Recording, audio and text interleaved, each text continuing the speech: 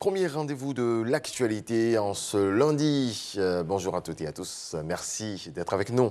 Le directeur général du Bureau national technique d'études techniques, Bennett, s'est rendu au stade de Yamoussoukro. Objectif, constater de visu l'état d'avancement des travaux. Une visite qui intervient après que la CAF ait refusé que des matchs internationaux s'y tiennent pour diverses raisons. Kader Sogodogo. Stade de Yamoussoukro. Une architecture imposante. Pour ceux qui connaissent bien cet endroit, du chemin a été parcouru. Le directeur général du Bureau national d'études techniques et de développement, Bennett, et ses collaborateurs, eux, viennent régulièrement faire le point de l'état d'avancement des travaux. Les travaux de construction du stade de Yamoussoukro, donc un stade qui va accueillir la Coupe d'Afrique des Nations en 2023. Donc les travaux sont en cours. Le gros des travaux est terminé. Nous avons aujourd'hui un taux d'avancement qui se situe à peu près à 95%. La semaine dernière, une mission de la Confédération africaine de football, CAF, avait relevé des insuffisances au niveau des travaux. Des remarques que le Bennett avait déjà soumises à l'entreprise en charge des travaux. Les recommandations qui ont été faites par la CAF sont en droite ligne avec les réserves qui avaient déjà été émises par le BNET et sur lesquelles l'entreprise travaille. Aujourd'hui, nous avons un taux de levée de réserve qui se situe à peu près à 50%. Et avec l'entreprise, nous venons de revoir un planning de levée de ces réserves qui nous emmène jusqu'à la fin du mois de novembre, début du mois de décembre de l'année 2021. C'est clair. Le stade de Yamoussoukro sera réceptionné tout en respectant le cahier de charges. Après le stade de Yamoussoukro, cap sur l'autoroute du Nord, précisément la partie Yamoussoukro-Tébissou. Tout semble aller dans le bon sens. Cette première section qui est en travaux va de Yamoussoukro à Tébissou. Il s'agit d'une section qui est sur 37 km. Nous sommes très bien avancés.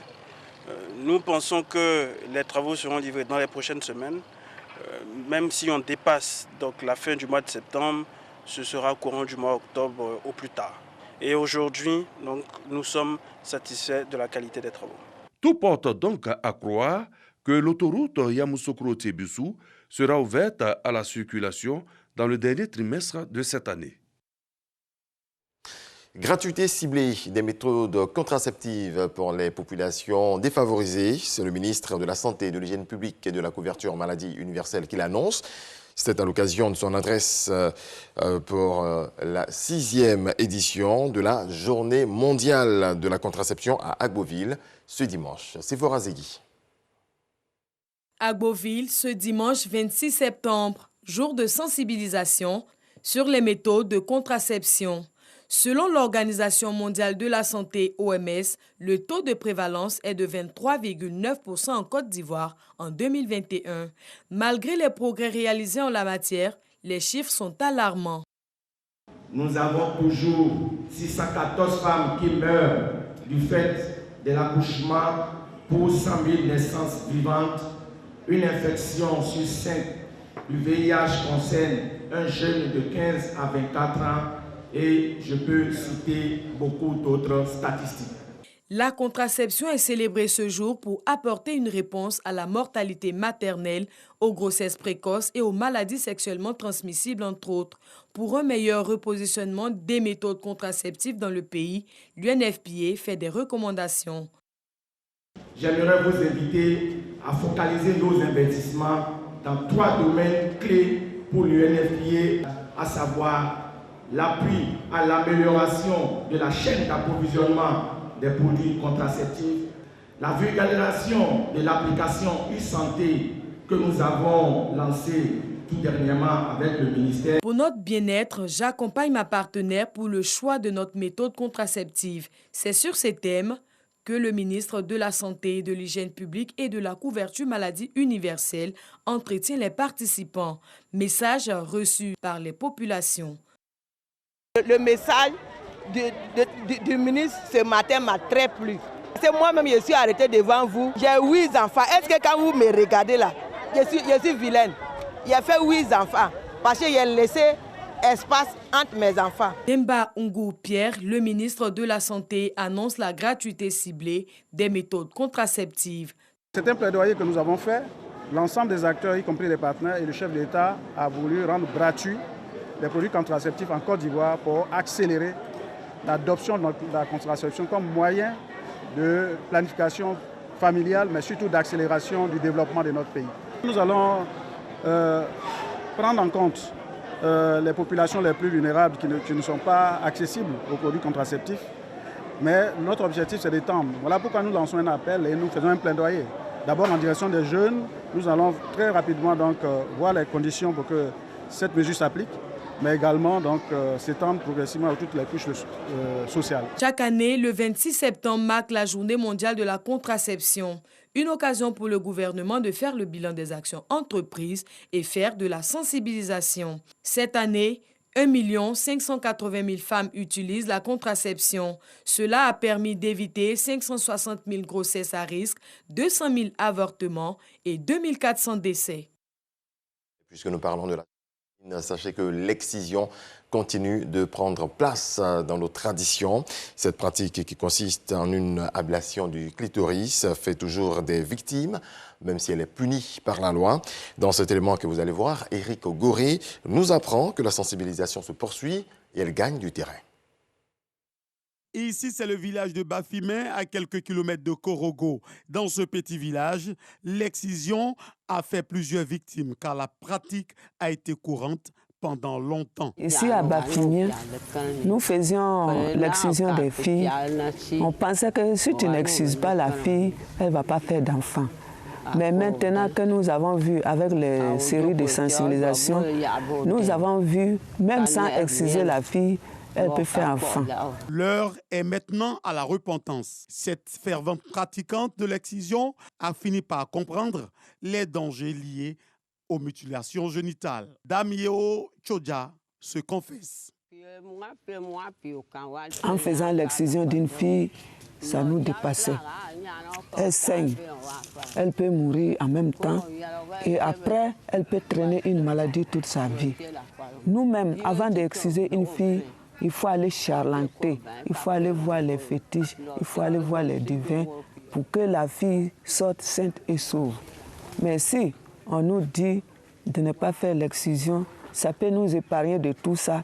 Nous ne faisons que dire merci. En Côte d'Ivoire, une étude de l'UNICEF a démontré que 38% des femmes âgées de 15 à 45 ans ont été victimes d'excision. Comment éradiquer ce phénomène dans nos sociétés? Les guides religieux, les chefs traditionnels, les ONG et le ministère de la Femme sensibilisent. L'excision, c'est une pratique ancienne. Bon, c'est rentré dans l'islam. Quand on a demandé au prophète Mohammed sallallahu alayhi sur ce sujet-là, il a dit non, c'est irfad. Ça veut dire que c'est pour diminuer le plaisir de la femme. Il n'est pas ordonné de le faire. J'ai essayé de sensibiliser les autres pour que nous cessons de pratiquer l'excision. J'ai convoqué les 7 Kabylas qui sont à Meninya ici. Je les ai sensibilisés comme j'ai été sensibilisé, surtout sur l'excision. Et j'ai insisté, celui qu'on attrape dans l'excision dans mon village là ici, encore, il ira en prison et je ne vais jamais intervenir pour qui que ce soit. Même si ça est dans ma famille, beaucoup ont compris et la chose commence à disparaître, surtout l'excision. Dans la région du Folon, la sensibilisation continue et a pour cible la communauté Peul, fortement représentée. Cette communauté s'implique aussi dans la sensibilisation sur le terrain. Nous avons réuni ici, nous tous, les représentants de CEDEAO, les imams, ils nous ont expliqué exclusion et puis mariage précoce. Nous aussi, on a pris nos bâtons pour rentrer dans les familles Peul, dans les familles Menka, dans la ville, on les a informés.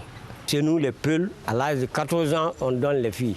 Avant, ça peut se faire au plus de 20 mariages. Des enfants de 14, de 13 ans Si c'est trop, c'est 15 ans. Moi-même, j'ai mes filles, j'ai 4 filles. Depuis qu'on a dit ça, l'âge n'atteint pas 18 ans, je dis je ne donne pas.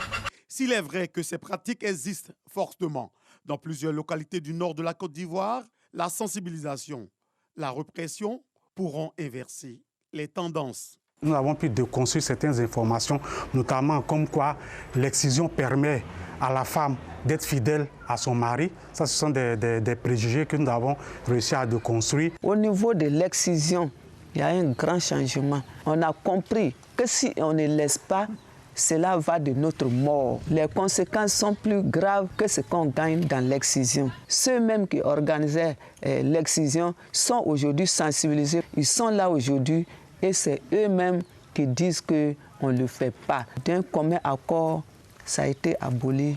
En tout cas, dans ce village, plus d'excision. Voilà un exemple concret.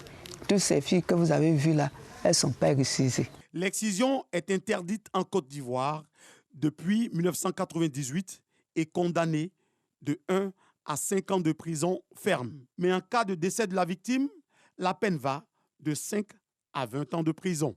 Après le renforcement des capacités des leaders religieux, ils ont eux-mêmes en tant que leaders religieux interdit certains mariages d'enfants de moins de 18 ans. Ils ont même traduit certaines exciseuses devant les juridictions de la Côte d'Ivoire. C'est vrai que l'excision se pratique maintenant en cachette, mais vu que les leaders religieux sont impliqués, l'information remonte rapidement. Ce qui se fait actuellement concernant l'excision, c'est maintenant interpays. Les exciseurs peuvent quitter le Burkina et venir en Côte d'Ivoire pour venir faire l'excision. Donc cette pratique-là, nous sommes en train de voir quelle stratégie mettre en place pour bloquer cela. Outre l'excision, les leaders communautaires, les ONG et toute la société civile dénoncent de plus en plus tout acte de violence basé sur le genre. À ce sujet, plusieurs actions sont en cours. Autre volet de l'actualité, l'université Jean-Laurent-Guédé de Daloa, équipée en mobilier et en matériel de visioconférence moderne. Un don de l'Allemagne par le truchement de son ambassadeur en Côte d'Ivoire. Le grand bénéficiaire, la salle de conférence du groupe de recherche interdisciplinaire en écologie du paysage et en environnement. C'est ce que nous dit Jean-Marc Djadji.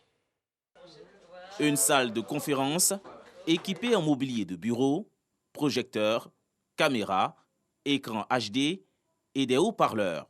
C'est l'ensemble des dons faits par l'ambassade de la République fédérale d'Allemagne en Côte d'Ivoire aux chercheurs en écologie du paysage et en environnement de l'université Jean-Laurent-Guédé de Daloa. Ces équipements technologiques visent à faciliter la formation académique et les échanges entre les acteurs de l'université. Je me réjouis d'avoir contribué à une salle de conférence équipée d'une technique excellente, moderne, pour améliorer la communication, pour des cours en ligne et aussi pour des échanges avec des autres universités dans le monde entier. L'ambassadeur allemand Ingo Herbert a échangé avec les étudiants et le personnel de l'université sur les opportunités de bourse offertes par la République fédérale d'Allemagne.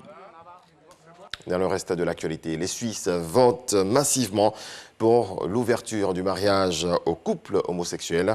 Le oui l'a emporté avec 64% ce dimanche, dépassant largement le score prédit par les sondages. Le pays est l'un des derniers États occidentaux à ne pas avoir légalisé le mariage homosexuel. Pourtant, la société suisse s'y prépare depuis des années, à l'image des catholiques chrétiens. Les 10 000 membres de cette petite église progressiste acceptaient déjà la bénédiction des couples homosexuels. Ils viennent de dire oui au mariage pour tous. Du sport, basketball, championne d'Afrique en 2017 et en 2019, les Nigérianes font la passe de 3. En finale de l'édition 2021 de l'Afro-Basket féminin, le Nigeria a pris le déçu sur le Mali 70-59 hier dimanche. Jamais inquiété, les joueuses d'Otis Junior assoient un peu plus leur domination sur le basketball africain. Merci à toutes et à tous de nous avoir suivis. C'est la fin de ce point de l'actualité. Excellente journée. Paix dans vos foyers.